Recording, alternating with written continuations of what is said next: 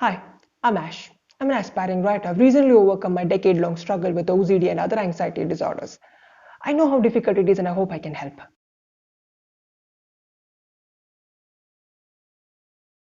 Do you check if you have locked the door to your apartment properly before leaving? That's alright. Everybody does that. That's not OCD.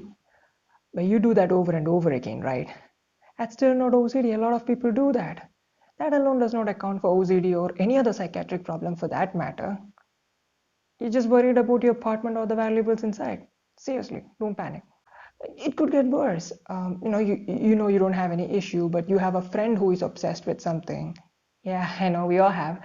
OCD, obsessive compulsive disorder. The person is obsessed with something. Clearly, OCD, right?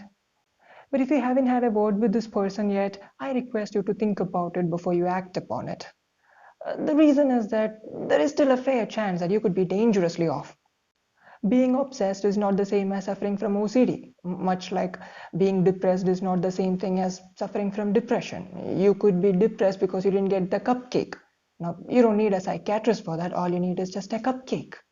Remember, OCD, especially if severe, is a psychiatric problem, and for some people it could be very worse.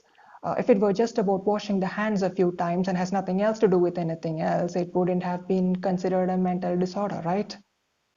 So don't panic unnecessarily. You probably are fine. And also, if you know somebody who is going through OCD, then what you don't know is that they probably have something called intrusive thoughts.